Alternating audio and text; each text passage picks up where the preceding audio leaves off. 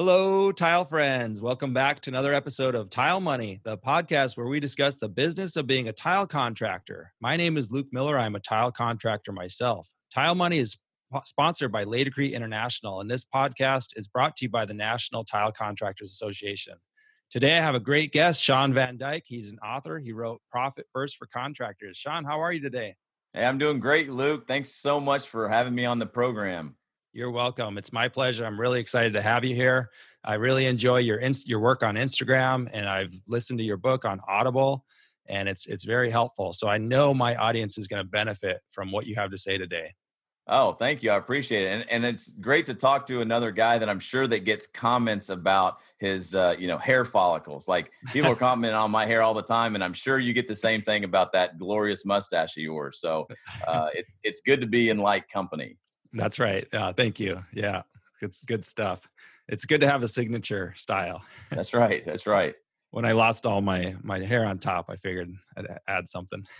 Yeah, everybody always comments on my hair, and I'm just like, listen, this is something that I've grown into. If you saw me in high school, that I wish I could have, this is my superpower now because everybody says something about it. But if I would have known this in high school, I might have had a date to the prom, like, hey, I know I might not, look all that great now, but by the time I'm, 45, which is how old I am, I'm still going to have a full head of hair. So you might want to reconsider going to the prom with me. I might have been able to use that. That's a good pickup line. Yeah. So besides combing your hair, what other hobbies do you have on the weekends or after work? Well, I mean, I've got 5 kids now. So I used to, it's funny. One of my kids one time, we were coming out of church, and the Sunday school teacher stopped me and said, your son said in Sunday school today, said, oh yeah, my dad used to do a lot of cool stuff before he got married. And I'm like, oh my gosh, you can't say that. So before I, got married and had kids, I was pretty outdoorsy, snowboarding, hiking, fishing, fly fishing. I lived in the Pacific Northwest for a while. Actually, originally, born in the Pacific Northwest. So when I finished college, I moved back there for a little while. So I was in my kayak, I was hiking, and spending a lot of time outdoors. So, but nowadays, it's going to soccer practices, and here we are in the summer going to the pool. So a lot of hobbies revolve around whatever the kids' hobbies are. But when I get a chance, which is not as much as I'd like, but fly fishing, that's my jam. I really, really enjoy fly fishing. That's awesome. Yeah, you give a couple illustrations in your book about fly fishing, and I have a question about one of those. But as someone with 5 kids and a busy businessman, a business owner as yourself, or any of the contractors that we're talking to, how do you schedule that free time? That and how important is that? That 30 minutes, or maybe it's 3 hours by yourself on an afternoon, wetting the fly. How do you schedule that? Yeah, well, when it comes to fishing, I don't schedule that anymore. That's just permission based. Okay. Like, hey, honey, can I leave you with the kids and go do this? So, but what I've found, it's hugely important to find some of that, headspace. Not to sound, too cheesy or new agey or whatever, but there's a lot to that, and I found it very important in my life, and any success I've had in any business I've owned or operated. There was always a lot of struggle until I realized that, like, we got the voices in our head, man, all of the stuff that keeps going on. If you don't get some time to yourself just to kind of take a breath and calm that down and think and plan, or not even plan, just to stop thinking, just to pause and realize that life is going to be pretty crazy unless you make it not crazy. And one way to do that is just to stop and try not to do anything. It sounds crazy, but like I kind of incorporated that into my daily routine. And so my daily routine has kind of grown into like this 2-hour long sort of routine that I do in the morning. But it all came out of like just being so busy and with work and businesses and kids. I just discovered the only quiet time around here anyway was early in the morning. So I just started getting up earlier in the morning with almost no plan, just to say, this is, this is some time that I can spend, not even to plan, just to be quiet. And it just changed everything. Yeah. Stress came down. I could sleep better, and I got more done during the day, because I wasn't approaching the day just trying to put out fires. Yeah. Yeah. Yeah. In this day and age, we have so much information coming at us, whether we're working with a customer or a fellow contractor or an employee, or we're on our Facebook, in our downtime, time that, traditionally, years ago, we would just have quiet time like you're describing. Now it's more information, and our brains Yeah. just are not, our brains can take a lot in, but we need quiet time and almost like dark time, like you're describing, to when our brains can, assess this information and assimilate it. Is that Yeah. what you're expressing there? It sounds like it. Yeah, yeah, and when you create that downtime, then you just get clarity. But whether it's on a larger scale or just kind of day to day, it gives you that opportunity to kind of slow down, and then think and say, okay, what's most important today? And that's part of my kind of morning routine. Is I Yeah. don't make to-do lists. In fact, I teach a whole course on time management for contractors, and one of the things they stop making to-do lists because they don't work, they're inefficient. And but what you can do, what I call is my priority stack. So I stack up priorities, meaning 1, 2, and 3. That's it. If I accomplish those 3 things in a day, then, and I have to identify these are the most important things. That doesn't mean that I only do 3 things.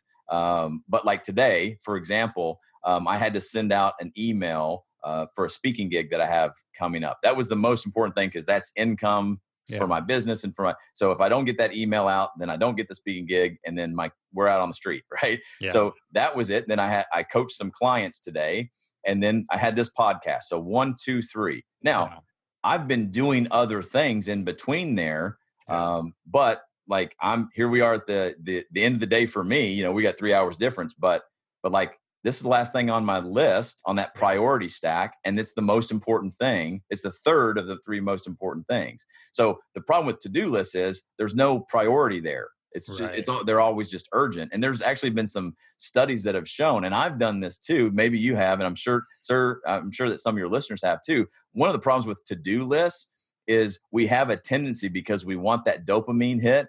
We want that sense of accomplishment, that we will write things on our to-do list that we have already done just so that we can check them off. And that is completely inefficient in the fact that we're taking time to write down tasks we've already done. And so that's one of those things that, part of my day is every day. And I'm a nerd with this stuff. So don't try to be like me. I'm a total geek, but like Saturdays and Sundays, like still the same thing. Now I am a human being. I'm not a robot. We're going on vacation in a couple of weeks, and I'll sleep in, but like sleeping in to me is like 6:30, so, but it's hugely important if you're not prioritizing your day and thinking about it. 15 minutes of planning can save you hours and hours every day. But not just planning of all the stuff, but like prioritizing that stuff. Yeah. Yeah, that makes a lot of sense. Thank you for highlighting that. I know, like you're saying, the to-do list, they just don't seem to work. And I've done that same thing that you described, written down something just to make myself feel good, get that dopamine hit. Oh, I did that, even though it's already done. Yeah. Yeah. In my time management course that I teach for contractors, one of the quotes that I start off with is to say, most people overestimate what they can do in a day and underestimate what they can do in 10 years. Now that quote is attributed to like Bill Gates or somebody, really smart and famous or whatever. I can't remember exactly who said it, but it's so true. It's like, oh, I didn't get everything I wanted to get done today. I didn't get everything I wanted to get done today. And we look up and 10 years have gone by and we say, man, my business isn't where I wanted it to be. And it's just so true. Like day to day, we think we can get more done, but then 10 years go by and it's like, man, I'm nowhere close to my goals. Yeah. Yeah. Yeah, I love that. I love that saying. So yeah, let's jump into the book here. In chapter 3, you gave an illustration. It was a fishing illustration. Like I said, you were talking about how you were, out there fly fishing, and you had your polarized sunglasses on, and you started to kind of compare this to the contractor business. Can you expand on that?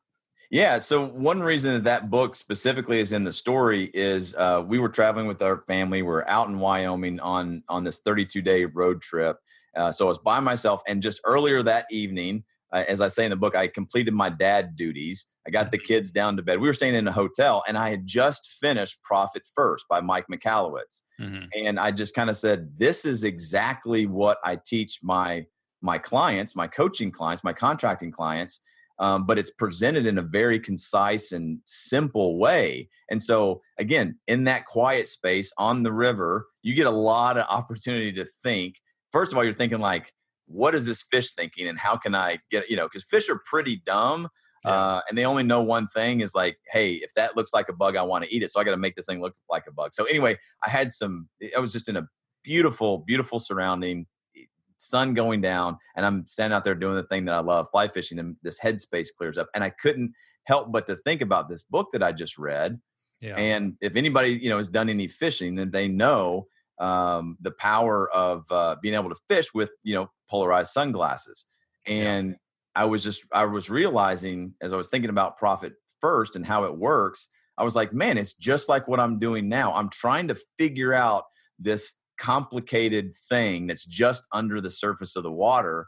And the reason that I can see it, or I know where it is, or I can at least get some more detail of it, is because I've got these polarized glasses on. Without these, I've got to fight the reflection and the distractions and all of the other things that are coming at me. And I just kind of said, well, that's what Profit First for contractors could be, is.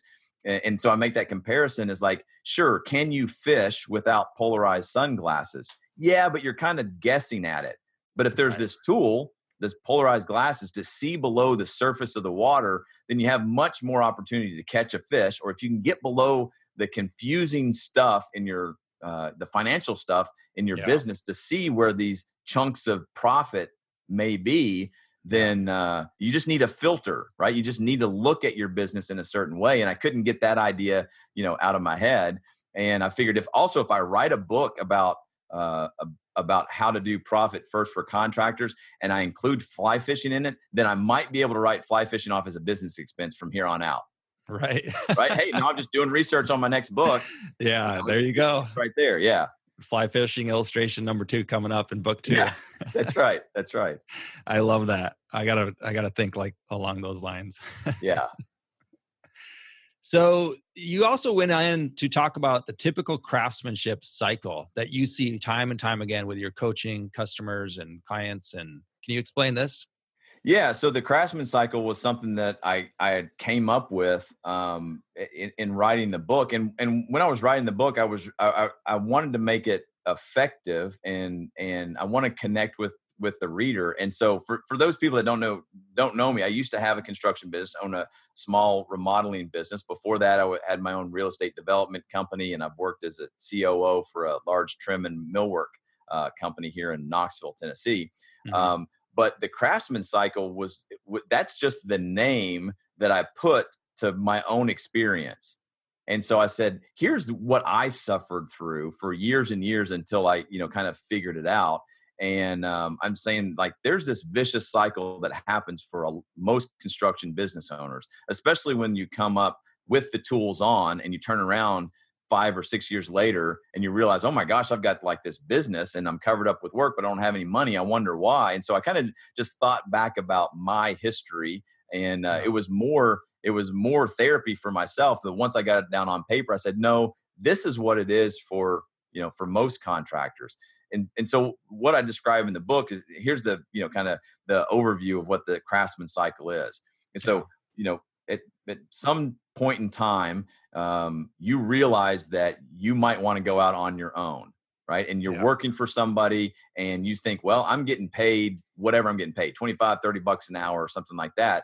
But I started doing some side work, and I can make some more money. I can give myself a raise. Yeah. So you start picking up side work, and then because you're not priced correctly, you don't know that, right? So what do you do when especially for your tile contractors that are listening, right? They're excellent craftsmen, and but they're just they weren't aware of all of the other things that go along with the business. But they think, I'll charge $40 an hour, or I'll figure that in, or whatever. So you start pricing work, and you start getting a lot of work. because Yeah. you do super high quality, but you don't know that you're still priced under what you should be for the value that you're delivering. So when you produce really high quality and you're underpriced, you get really busy and Yeah. everybody wants you to do their, and now the cycle has started and you're not even aware of it because you're like, okay, now I'm going to quit my job. I'm going to go from side work and working every evening and, and the weekends. And I'm going to start doing this thing Monday to Friday. I'm going to have my weekends off. Yeah. But the cycle just starts. So it starts with pricing work and you're not even aware that you're priced too low. So you get a lot of work. That's the next phase in the cycle. Now we're getting work. So, and it's great. It's very exciting and money is coming in. It's more money than you've ever seen before, right? Yeah. You had no idea. You're like, man, I'm going to clear, this is what you tell yourself. I was making 50, 60 last year. I'm going to clear 120 this year. Yeah. But that's just because you've priced it and now you've gotten it and you have no idea that the tax man that wheel is spinning there too, right? And so now we've priced work. Now we've got work. Now, oh my gosh, we have to produce this work. And so it's more work than we can keep up with. So maybe we hire some employees. Maybe we sub out some work. For general contractors to start subbing out work. And then the money disappears because we've got payroll. We've got all these other expenses. And then we realize, oh, that's not the way to do it. I'll go back to doing the work myself because I can make more money. We think that we're making more money. And it all started, you were never priced in the first place. So that's the third part of it is producing the work. We get trapped producing the work. And I'm sure a lot of your listeners will have said this too. Well, I can't hire anybody else because no one does it as good as me. So they get trapped. They get trapped right there. So I just got to produce the work. But eventually the expenses and the cost, the money that was coming in is not enough to, cover the money that's now going out. And so you stop paying yourself or you skip paying yourself or you wait to the end to see if you have any money. And then when you see those gaps in your income, then that's the fourth part of the cycle. I got to go find more work. Now I'm desperate. So I got to take anything and something that wasn't priced right to begin with. You drop your prices, you start working for people that and this has happened to your listeners too. Yeah. When you walk in or that person calls you on the phone, right?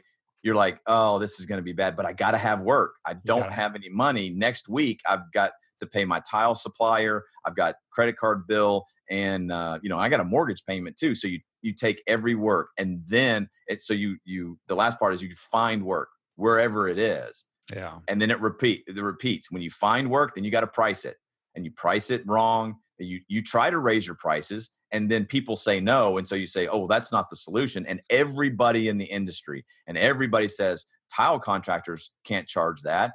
You got to charge $5 a square foot or whatever it is. And so you believe that crap, right? But you got to consider the source. None of those guys are making money either. And so you go back into the cycle, price work, get work, produce work, find work, and then you look up 5-7 years and you end up calling me and saying, I don't understand. Our quality is up here. And your pictures are on Instagram, you've got videos and everything, and it's beautiful. It's absolutely beautiful work. But I've been doing it for 7 years. If I stop working, I don't make any money. Even when I am working, there's never enough. Shawn, I don't understand what's going on. And that's why I say you're just in the craftsman cycle. That's all it is. And so you go back to the cycle and say, okay, we're going to attack this thing exactly where it started with pricing work. Then we get into the numbers and show you this is what you need to charge in order to run this business. And then people will say, well, my clients don't want to pay my prices now. And you're saying I need to be 20, 30, 40% higher. And I say, yeah, we just got to get you better clients. That's, and then you start selling and marketing and pricing and produce, and it changes the whole business. But hearing no, you're too expensive is very, very painful because you're just not used to, used to what that is. But those kind of clients for me, and that's what I describe in the book, when they're tired, they're frustrated, and they're pissed off, they really make the best clients because they say, okay, something has got to change. I can't figure this out. And the thing is, you're just in this cloud of this cycle, and you just need some help. You know what, Shawn, this is, you hit the nail on the head. This sounds so familiar. I've experienced this same thing with my tile installation business. I know so many others who experience this. It's frustrating. Don't you just wish you could stop them on that first day and just say, don't do that, do this instead? Yeah. How- Yeah. It's a yeah, confidence thing too. Like I get it. I was there too. But when I got to the point, I got to the point where I was like, wait a minute, I'm not going to work as a general contractor. I'm not going to work for free anymore. yeah, Like you can call me up and tell me about your project. And this will apply for a lot of general contractors and maybe not necessarily tile contractors. But I just said, you know what? I don't have 10 hours to plan out your project and come out and measure everything up. Why don't we just cut to the chase? You want me to do your kitchen? Tell me about it. Sounds like an $80,000 kitchen. yeah, Are you going to spend that? And then when you ask the budget question, hey, what's your budget? Everyone says, right. well, we don't really have a budget. I just started saying, okay, well, how does $80,000 sound? Yeah, And then they'll say, we're not going to spend that much. I say, great. 2 seconds ago, we didn't know what the budget was, but now we know it's not $80,000. So let's talk about what it actually is. And if it's actually $40,000, then I can tell you what kind of projects you can get for $40,000, or I can educate you that if anybody says they can do this for that amount, you're going to get ripped off. Now, we're not going to do it because we don't want to go out of business. And I literally had that conversation with somebody one time and just said, hey, what's your budget? I don't know. And I said, well, how about this? They said, no. And I'm like, wait a minute, I just discovered your budget. And so, that changed everything. Yeah. Yeah. I love those big round numbers as well. As a tile contractor, the first couple of years, I mean, I was measuring every shower down to the inch. And then it dawned on me, like, every shower is about 3 by 5. I mean, sometimes I work in larger homes, right? But I'm in California on the coast. Most of the coastal homes are very small. So every shower is the minimum. Every bathroom is the minimum, 8 by 5, 3 by 5 shower. So it's like, I don't even have to run out there to your house anymore to give you a nice round number. And let's talk about that over the phone or in person. Let's just talk about it. I'm not even going to bring my tape measure out, How do you think we can get away from that, though? A lot of my audience, they're still out there measuring every single job, running around. What advice would you give to them? Okay, so here's one sales technique that I teach a lot of my clients to. When someone calls you up and they say, "Hey, we've got this tile project," and let's just assume it's going to be a shower or something in the bath or whatever. Yeah.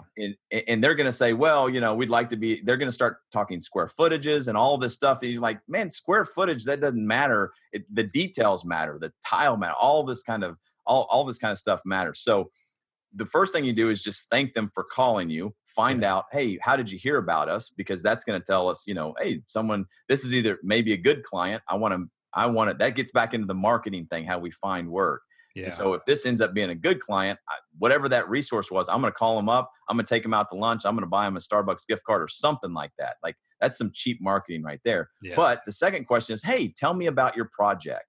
And here's something key. When you ask that question, tell me a little bit about your project.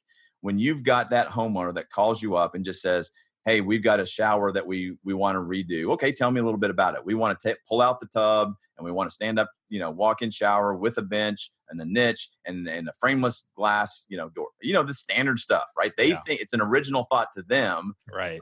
But it's the same thing you've heard 20 times this week, right? Yeah. So when that client calls up and just said, "Oh, we want to rip out the tub and want to do, a shower, and I think it's like 3 by 5." Oh, okay. Great. And then you can say, what's the budget? So that's customer number one, is they just tell you, yes, 3 by 5 shower, we want this. Then another customer calls you up and says, well, we've been thinking about this project for a really long time. And we were traveling to California last year and stayed in this hotel. And we saw this beautiful shower in this resort that we were staying in. And I didn't even know that you could do this with tile. And they go and tell you this whole story about what they're wanting. Okay. What you're listening for very early on in the conversation, listen for quantity over quality. Okay. What I mean by that is everybody's going to use the same quality words. We want high quality. We want this. We want framelit, right? But the person that uses more words, that uses a higher quantity of words, is most likely ready to buy. They've done their homework. They're more emotionally invested in the project. Now, you still got to get to you've still got to get to the budget and talk about that. And I'm not saying those first clients that just said, "Oh, we need a 3 by 5 shower, come in and take a look at it," that they won't be good clients. But when the phone's ringing off the hook and you're running around and trying to keep up with quotes, I'm going to designate the ones that use the more quantity of words. They're most likely going to be the ones that I'm going to put at the top of the list that are going to buy from me. They're going to be the ones that's going to be easier to sell them upgrades, or they're the ones that are going to say, okay, we'll come out and take a look, but we charge $75 to come out and do the measurements. Now, I understand other tile contractors aren't doing that, but here's what you get because you just described your dream to me. And we want to make sure that even if we aren't the tile contractor that does it for you, we provide you with the information. So we charge $75, $150, and let them say no. Well, we're not going to pay for that. And that's fine. You can still go out and do it for free, but some of them might say yes. And right away, you're like, oh my gosh, I heard this guy on the podcast. He was talking about charging for it. And again, when you get sick and tired of running around, just start charging or tell people you're going to charge them. If they say no, you can still give it to them away for free, but someone will say yes. And when they say yes, they will identify themselves as a high value client, and you never have to work for free again. Love that. I love Now, that I understand you're working for other, tile contractors, probably working for other general contractors. That's a business to business relationship. Sure. But homeowners, start charging them for the value that you bring, because they can't call up a doctor and say, hey, come out to my house. I'm feeling sick, doc. Come out to my house, draw my blood, take it back to your lab, run some tests, figure out what's wrong with me, write a prescription, and then deliver it back to my house on Saturday morning before I take the kids to soccer game. And when I see all that and you've done all that, and then give me a price for that, then I'll decide if I want to hire you. Yeah. No, you're a professional just like anybody else. And when people want stuff from professionals, they make an appointment and they pay their fees for their professional work. Now, that doesn't mean that when someone calls you up and they say, we got a 3x5 shower and here's the things that we want. If you're professional, then you need to be able to say, yeah, that sounds like you're going to be between $7,000 and $10,000. Is that what you're prepared to spend? So that's kind of, hopefully that hits some of your tile contractors out there and going, oh man, I want to try that. Yeah.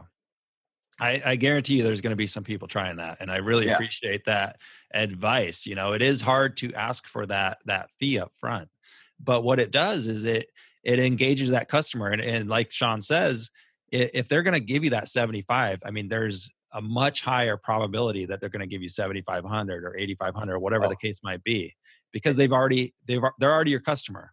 You have to understand that when someone gives you money before you've done any work, it's because they trust you. Yeah. And so when we can establish that relationship, now you got to give them a reason to trust you, right? Your marketing, your other work, testimonials from other clients, all these other things. I'm not saying someone should trust you just because you're a tile contractor, but when someone gives you money before you've done any work, it's because they trust you. And when you get into that project and something comes up and something changes, it's so much easier to charge them for that change order or whatever, because from day one, they said that they trusted you. And that's important for you to not capitalize, but to reinforce that trust. Walk them through the process. Let them know, And when I've mentioned it before, but like when someone says, okay, well, what's the price per square foot? One great way to establish trust, this is what I always say when everyone asks for square footage price, saying, well, we don't really price our work that way, but tell you what we'll do. We'll come up with the scope for the project, we'll price it out, and then you divide it by whatever square footage you want. Why don't we do that? I'll give you the price for the work and you come up with square footage. Fine with me. Make a little humor out of it. Yep. Engage them. I like what you said about, when you're asking for the consultation fee, give them a little something for it. And friends, this doesn't even have to be anything elaborate. I mean, just say we send, what we do is we send you a PDF on how to properly build a shower.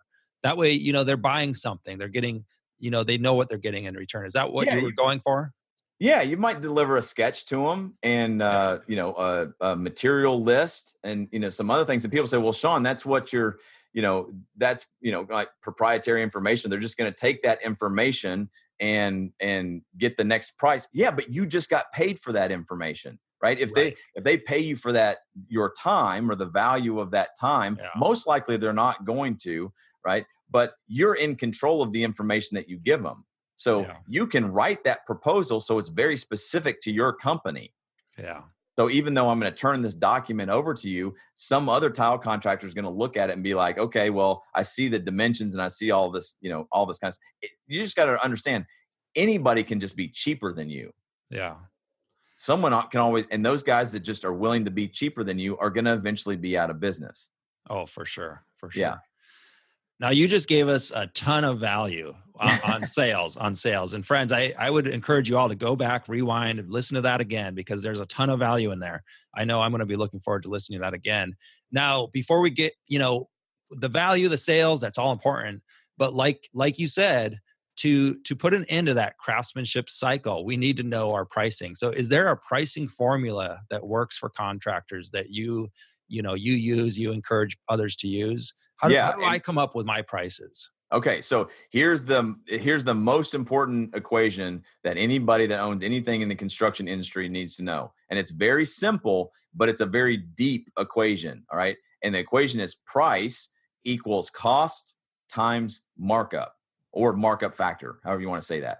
So, and what we're talking about there, your costs are your cost of goods sold. Now we're going to geek out here a little bit and use some financial terms, but you need to understand these because you're in business. And if you don't face your financials, you'll never make any money. So price equals cost times the markup, meaning we need to know what our costs are: labor, materials, subcontractors if you have them, and equipment, right? That's the stuff that we buy, we mark up, and we sell to our clients, right? And so in that equation, if we can determine what our costs are, then we have to mark up those costs to produce a price. And that markup needs to be high enough so that it pays for our cost and our expenses and leaves us with a net profit.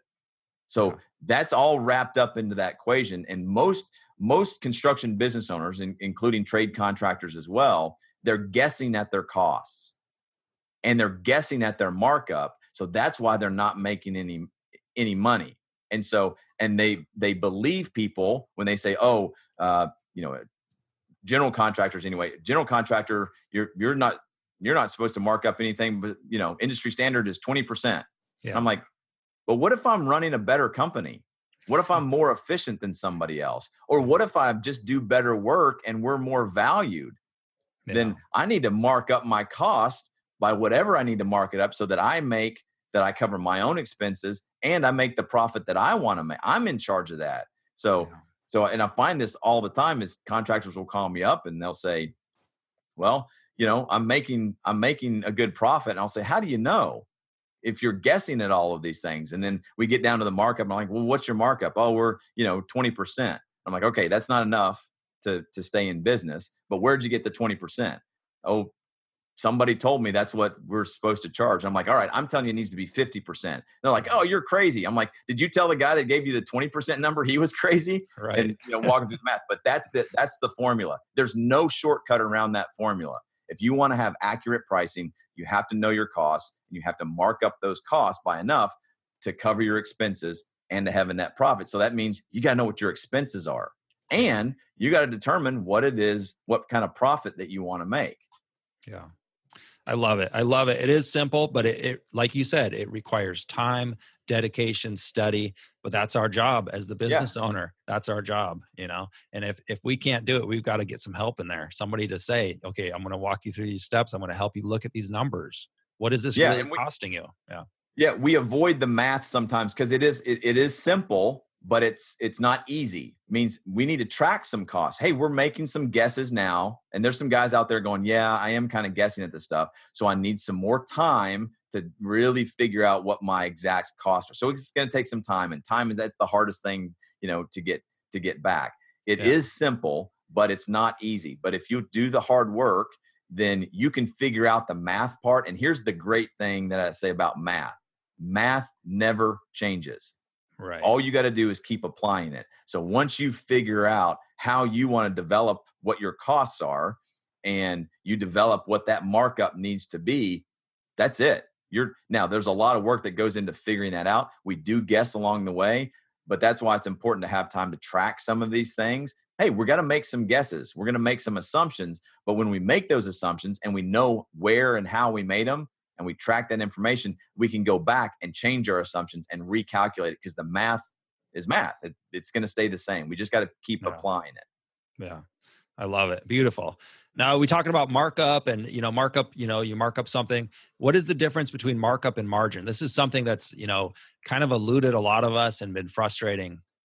Yeah. So, that's a great question. In fact, I was speaking at the International Builder Show a couple of years, and somebody from the audience after the talk was over said, if you could teach one thing to the construction industry, what would it be? Said, hands down, the difference between margin and markup. Really? When construction business owners understand those things and get it right, it's transformational in their business. So I don't like those words because people think they mean the same thing, and they do not.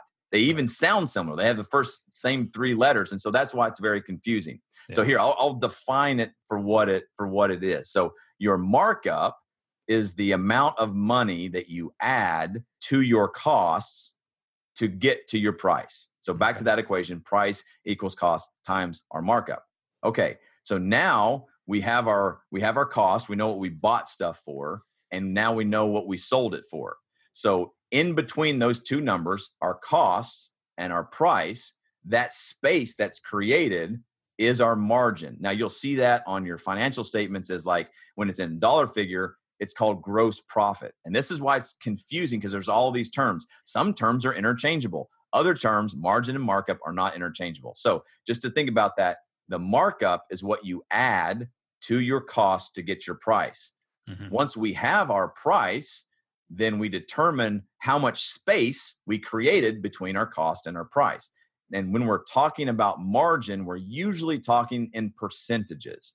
So we'll talk about the gross profit we made in dollars, mm-hmm. and we can translate that dollar figure into a percentage, and that percentage is the margin. So here's how I kind of explain what margin is, even though I say, okay, technically it's the space, right? If you think about a page in a book, it has words written on the page, and between the edge of the words and the edge of the page, we call that margin, right? So that's the space. So we've got to create margin in our business to pay for our costs. We got to have that margin also goes to pay for our expenses, the stuff it takes to operate the business. And that margin has to have enough in there to leave us with a profit, because that's the whole reason that you're in business. If you're in business and you're not making a profit, you're just working a job. That's it. Like go out and get a job and you get paid a wage. You don't get paid a profit. You don't get paid, like you're trading time for money. And so a lot of tile contractors, this is kind of slapping them in the face. I know that, but I just want you to realize, like, we got to create the margin enough to pay for your expenses and have a profit, because the profit is what's going to allow you to have some hiccups in your business. It's going to allow you to invest in your business, grow the business. And as a business owner, it's going to help you just someday, hopefully, own the business. See, you don't have to work in your business to own the business. Owners of businesses, the business pays them sometimes for specifically not working in their business. Right. So if you can figure out the markup and the margin thing and apply it correctly, so that's what it is. So here's a quick example I'll run through, and I use this with my clients too, and when I teach this, saying, okay, this will be a part you'll have to rewind and listen to. And I call it the $100 example. Okay. So we buy something, and I'll ask you these questions. I promise they won't be a trick question. So we buy something that costs us $100. We mark it up by 20%. So what is our price? 120. 120. Great. All right. It's, like I said, no trick questions here. Okay. So if we bought something for $100 and we sold it for $120, what's our gross profit? $20. $20, right? No trick question. Great. Now, what's the margin if we bought something for $100 and made a $20 profit on it? What's the margin? I would think it would be $20 still. Yeah, or 20%, right? Because 20%. Right. And I'm glad that you said that, because that's exactly the mistake that most construction business owners make. So we'll rewind this and say, okay, I bought something for $100 and I made $20 on it, Shawn. 20 divided by 100 is 20%. And I'll say, yeah, but that $100 is our cost. Mm-hmm. We don't sell our cost, we sell our price. So the margin is that $20, the profit that we had divided by our price of $120. 20 divided by 120 is 16.7. Okay. So if someone tells you, or you hear, or what your CPA tells you or whatever, hey, you need a 20% margin for your business, you say, okay, great. I'll take my costs, I'll mark them up by 20%, and that gives me a 20% margin. No, that gives you a 16.7% margin. And if that's the case, you'll go out of business eventually because you're losing 3.3% every time. Right. So what the margin is it gives you a ratio of every dollar of income that comes into the business. The price, $120 is what we sold. That's our income. Yeah. It gives you a ratio of how many dollars you have to spend on your expenses and your net profit. And so the reason that I use the $120 example, because I'm really bad at math, even though I wrote a book on financial stuff, right. The $100 example, I don't memorize what all these different markups and margins are, but with the $100 example, $100 is our cost, 20% our markup, price is 120, my profit is 20. So it's 20 divided by 120 to give me the margin for 20% markup. And so so what's the margin for 25%? I have no idea, but I know 25 divided by 125. And that happens to be 20%. What is the margin for 30%? I don't know, but I can calculate it. 30 divided by 130, 40 divided by 140. It works for any number if you think about it, right? Yeah. So what's the margin for 37.5? I have no idea, but I can quickly take 37.5 divided by 137.5, and that's the math. Whatever that number is, that's what it is. Yeah. So that's my little spiel on margin and markup. I love it. I love it. People would pay you hundreds of dollars to get that spiel. And friends, like Shawn said, go back, rewind that, listen to it over and over again. If you're having trouble, like I am, understanding margin and markup, admittedly, that's something I need to improve on. And that was that's probably the most simple explanation I've heard. So thank you so much. I hope you track like re-list. I don't know if can you track load? I know you track load downloads, but maybe re-listens. This will be like the highest, that 2 minutes or whatever will be the highest replayed portion of it. Because and listen, if you're struggling with that, you're 100% completely normal. Right. That's why you're struggling. It's so hard. No one gets it right first. But that's why you need to study that again and again and again and apply that to the way that, back to that price equals cost times markup. Once you keep applying it, it becomes second nature, and then you'll get it. So if you're struggling with it, don't beat yourself up. Nobody gets it right. It takes time to run through that. Yeah. And you bring up a great point here. Friends, we're all in this boat together. Like I keep saying, let's build each other up because, a rising tide raises all ships. Contractors for years and years and years have struggled with this. So it's just normal. We're good with our hands. We're good at building. We're good at crafting things. We're good at even people skills. A lot of us are good at people skills. Some of us are good at math skills, but the majority aren't. The majority of us aren't. We're just normal dudes, and dudettes out there. So this is something that I'm on a mission for. And Shawn, you're on fire, man. I mean, I see you on Instagram. I see you here. I see you there. What is your mission with all this? What is your hope? What is your goals? Yeah, I'd say right on my website, my mission, overall mission, is to change the way the world views the trades. Yeah. Like I've got a couple of college degrees. I came into construction a little bit late. I didn't grow up with a tool belt on or father or grandfather doing it. My dad had done some carpentry and that kind of stuff, but not the traditional route. And so I was an engineer by education. And when I ended up eventually out on a construction site, I was surrounded by these people that I saw as professionals, because I was like, I had 10 years of school or whatever, and I couldn't do what these guys were doing, and watching them lay out complicated stuff, the math that they could do in their head, reading a tape. Like I can't add 16ths and 8ths and 3/4. And these guys were just doing it. I was so impressed with it. Yeah. And they just don't get the respect for the professionals that they were. And so when I got into creating this coaching business, that was really my driving thing, is saying, man, there's no reason for construction professionals to suffer, because I've said this in a lot of speeches before, is as much as technology is advancing, there's never going to be an app that unclogs a toilet. Right. Like We're going to need plumbers, electricians, HVAC guys, tile contractors, because what we do is uniquely human. Now, we have a lot of technology that's coming into the construction industry, and that's really great because it's really enhancing the way that we can do business. But the people that build stuff with their hands, it's uniquely human and it can't be outsourced. But doctors, attorneys, CPAs, a lot of white collar jobs, they can be outsourced, with artificial intelligence and all that, and it's happening. So I just think that that being in the trades it's just such a great lucrative career, and there's going to be such a high demand for it that I just don't want people in this high demand. You shouldn't be suffering, And so that I really want to change the way the world views the trades. The way that you do that is by creating world-class businesses run by construction business owners. And I think that that's going to, if I can help do that, then it'll help change the way that people look. I want the contractor, the tile installer to stand there next to the attorney, the doctor, and the lawyer at the cocktail party and be at the same level, right?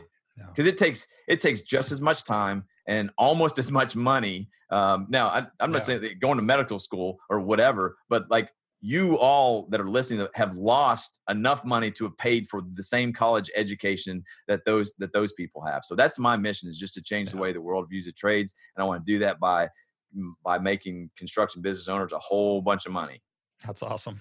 Yeah. Amen. That's a respectable mission, something that I can certainly get behind and support you. And you are helping contractors. I mean, I see it on your page. I see it in your eyes, you're passionate and you're fired up. You wouldn't be fired up if you weren't making changes and helping people. So thank you for everything you're doing for us trades people. Yeah, absolutely. Really cool. What, this book, can you give us the rundown of what we're going to find inside this book? Profit First for Contractors. If any of my audience is interested in getting this, what can they expect? Is this an accounting book? Yeah. So that's a great question, because people kind of make that mistake. And here's how I explain it. So what Profit First for Contractors is just a way to view your money when it's in your business. Right. So it's a way to manage your cash. And I'll briefly talk about how we do that in the Profit First for Contractors system. But before we get to that, so we've got money that comes into our business. And when the money comes in, we need to account for it. When I mean account for it, we need to do it according to certain accounting practices. Mm-hmm. So that's the QuickBooks. That's what the CPA tells us to do. There's laws that we have to follow, so that, all that kind of stuff. When the money comes in, we account for it. While it's in the business, we need to manage it. Okay. So we can move the money around in the company however we want to, right? And then when we spend some money and the money goes out of the business, we need to account for that in a certain way. Otherwise, the IRS will come knocking, right? So Profit First for Contractors is that middle step. Money comes in and it's accounted for. Now we manage it in a certain way so that we can control the way in which it goes out. And when it goes out, it's accounted for in a certain way. So the way that we manage that within, while we have that money, is we set up different bank accounts. Mm-hmm. And so if you think about it, like for your listeners, a tile contractor, they get a deposit. Let's say you get a $10,000 deposit on a big tile job, right? You need to start looking at this, like we're putting the polarized sunglasses on and seeing the details that are underneath or beneath that $10,000 number. Yeah. Some portion of that has got to be for your profit, because if you're not making a profit, then why are you in business, right? That's the most important thing. And so part of that check is profit. How much? Well, it depends on the specifics of the business. And that's what the book walks you through, is how to determine what would be healthy for your type of business. So part of that $10,000 check is my profit. Well, if we make a profit, then we're going to pay taxes on it. So another portion of that check is also for our taxes. So we need to set that money aside as well, or we need to see that $10,000 check, not as $10,000, but something less than $10,000. Right. So we've taken care of our profit. Now we've taken care of our taxes. The next most important thing in our business is the owner. We got to make sure that the owner is compensated for the work that they're doing, for the size of business that they have. So part of that check is also to go pay the salary for the owner, because if the owner isn't paying himself or herself, then the business is dead without the owner, right? Now you can choose as the owner to not pay yourself, but that's not going to be a very profitable. You're going to get worn out or burnout, right? So now we've taken care of our profit and our taxes. And the next most important thing is the business owner. Now, the only thing that's left to take care of is the way we operate the business, paying all of our other bills. And that's what we call the operations account, or OPEX for short. Yeah. So we set up these 5 bank accounts so that when the money comes in, it goes into one account. And then we separate out that money every couple of weeks. And there's a method for it we call the 10-25 rule. I won't get into that. But so when we get that money, it comes into our income account. Mm-hmm. And then a couple of times a month, we empty out the income account and we disperse that money to profit, tax, owner's compensation, and OPEX. And we pay all of our bills out of OPEX. Mm-hmm. And so when we start looking at our money that way, we don't touch the profit. That's the most important reason we're in business. We don't touch the taxes because we don't want to go to jail. We will owe that money, right? And then we've got to pay ourselves a salary for creating this monster, that we've created. And if what happens is we start looking at the OPEX account and say, I don't have enough money in my OPEX account, my operations account, to pay all my bills. You don't steal from the profit. You don't steal for the taxes. It's very revealing to exactly what's wrong with your business. You say, I need to change the way that I operate my business. What does that mean? We got to increase the margins. How do we do that? We get more efficient. We find better clients. We raise our prices. We do all of the things that are hidden when all of that money is in one bank account. Yeah. Yeah. And so people are listening right now and say that's complicated. It's really not that complicated. In fact, you do profit first every single morning when you brush your teeth in the bathroom. And here's what I mean by it. Here will be the key to that, right? So we all do this every morning. We go in, hopefully you're brushing your teeth, right? You grab the tube of toothpaste and you just squeeze the tube of toothpaste and go. You don't even think about how much toothpaste you're using on your toothbrush, right?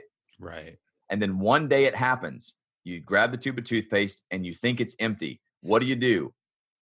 You roll it up. You roll it up. That's right. You don't go get another tube of toothpaste, right? You say, I know that there's more in there. And so you roll it up, you squeeze it out. I'll even cut the top off of it and stick my toothbrush down and I get more out, right? Yeah. But it's not as much as when I was squeezing and going, right?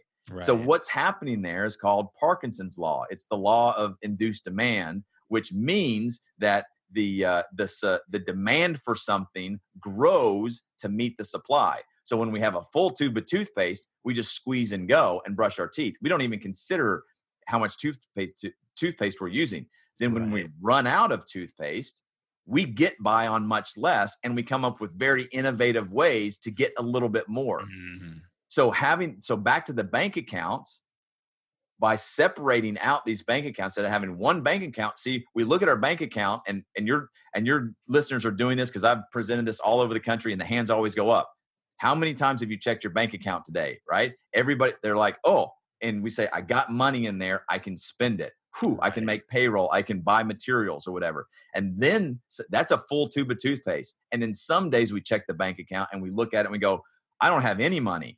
So what do? I get frugal. I stop spending money and then I innovate, meaning I go get more jobs. I get those invoices that are due, right? Yeah. We get creative, we get innovative, and we get frugal. If we can get by on less toothpaste every day, then that's how we need to operate our business. And so when you separate out your money into your bank accounts and you look at your OPEX, it's going to be pretty tight, but we know exactly what we need to do is we get frugal and we get innovative. And when we prove to ourselves we can do that, then that's just the way we operate our business every day. And people will say, no, I don't really do that with the toothpaste. All right.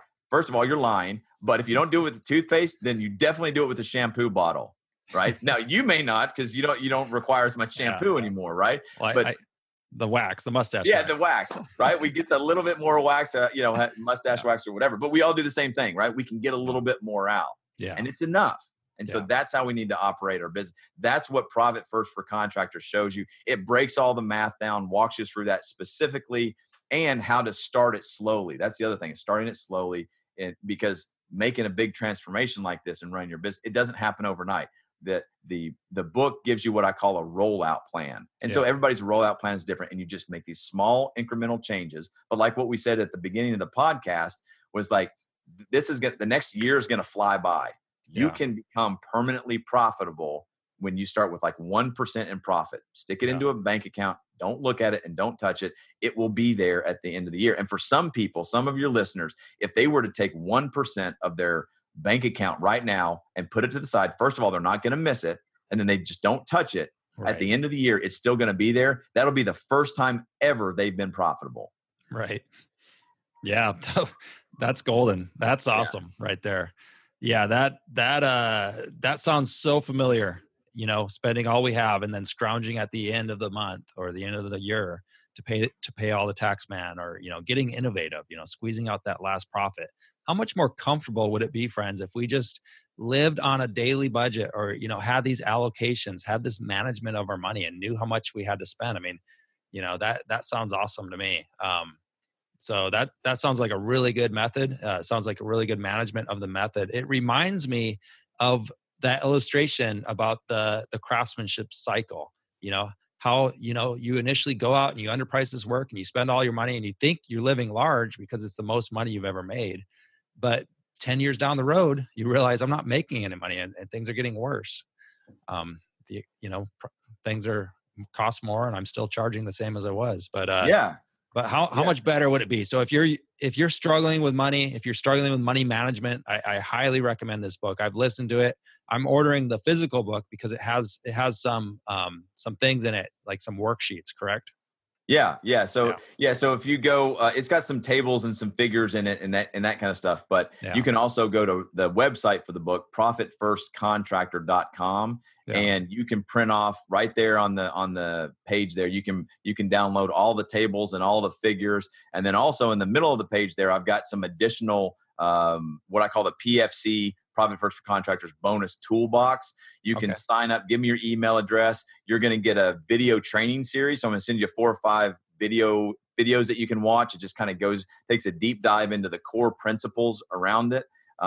And then you'll also get some additional tools and resources, all the formulas, the toothpaste, I call it toothpaste management 101 example is in there. Just as a reminder, you get what I call the PFC mantras. So we just kind of send out these, just profit is not an event. It's a habit, meaning one day when we do this, then we'll be profitable. Nope, we need to make profit a habit every day. So we send that kind of stuff out to you. And I'm also working on a very comprehensive online training course that hopefully will be out in a couple of months. But if you go to profitfirstcontractor.com, give me your email address. You'll be on my email list, and I'll be updating everybody when that online course is available.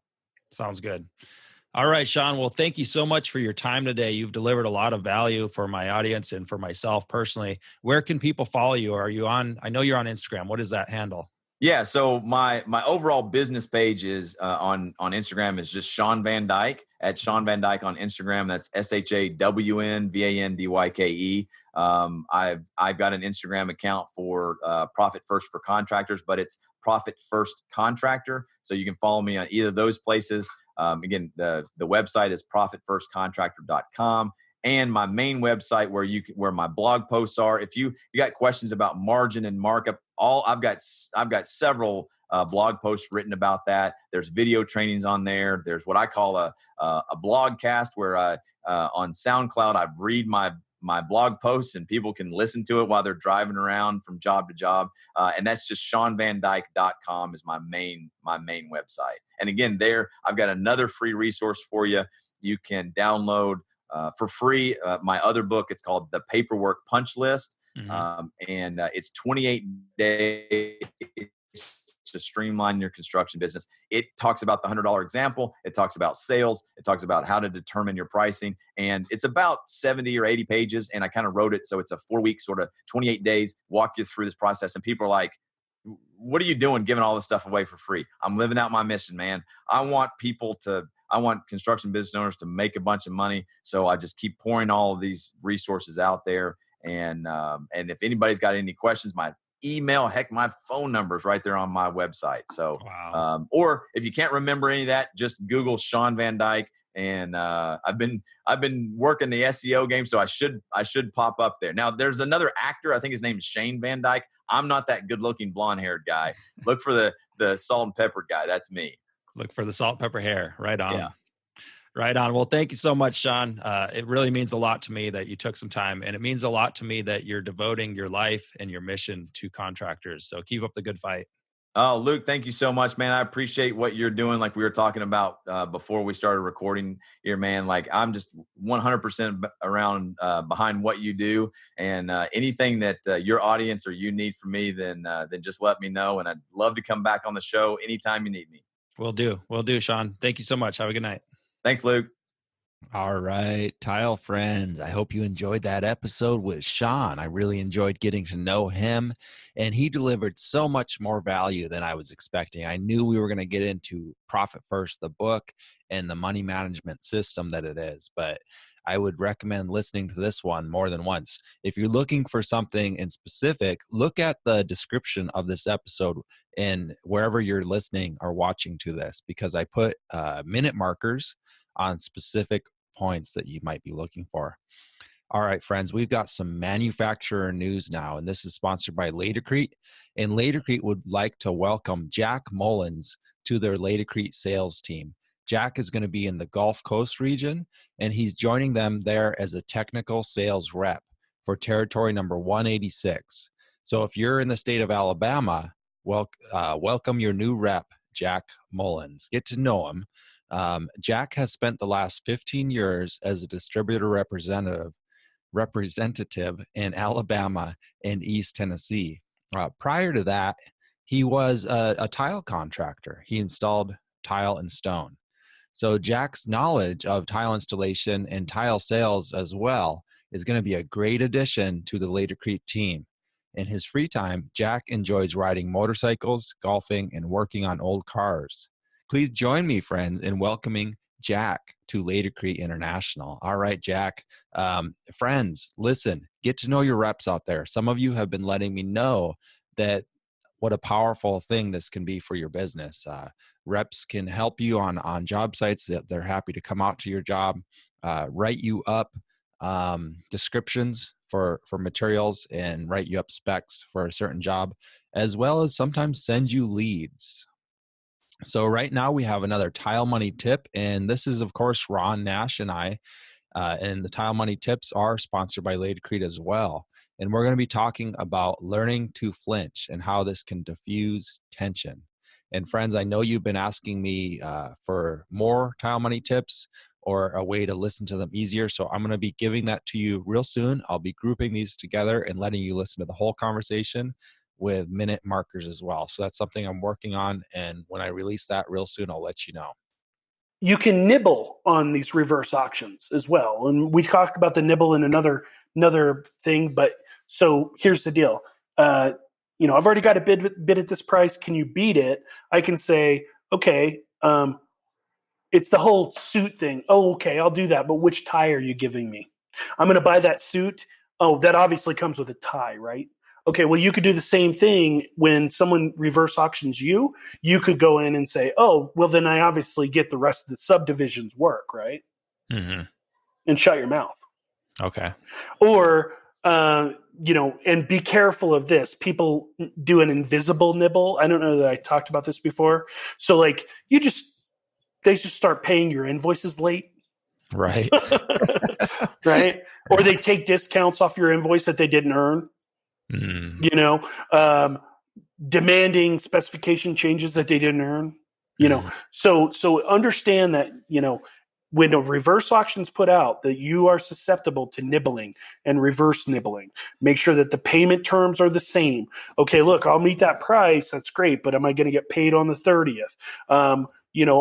This is the specification. You can't change the spec on me and think you're going to, get more, all those kind of things. Right. Yeah. All right. Tip number 7. Here's a good one.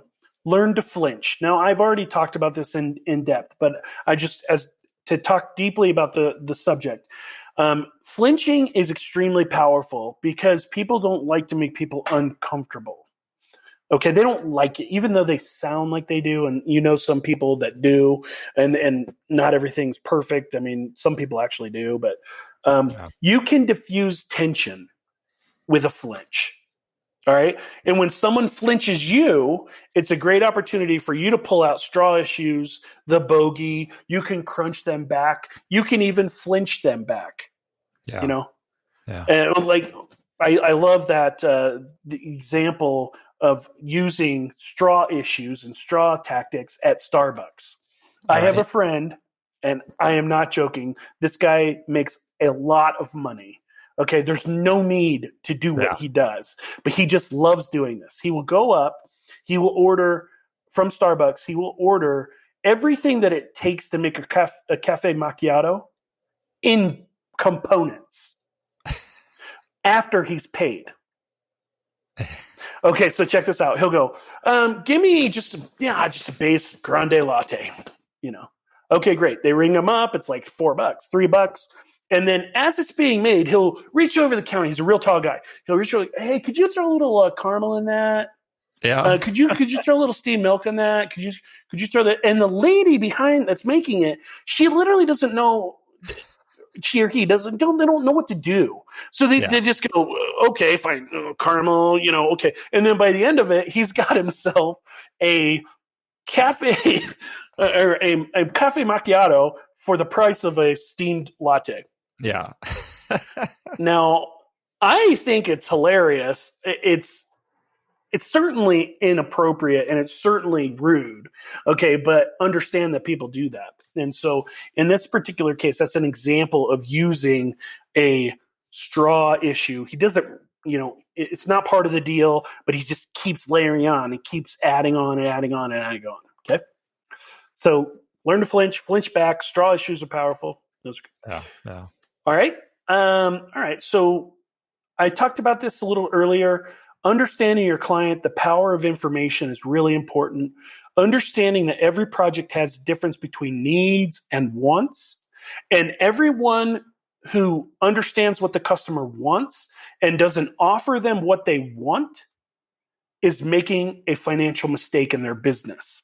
All right, friends, I know you enjoyed that tile money tip. I just want to encourage you to share this podcast and my website with another tile contractor, tilemoney.com. Sign up for my newsletter. All right, friends, I hope you're having a great week. Talk to you soon.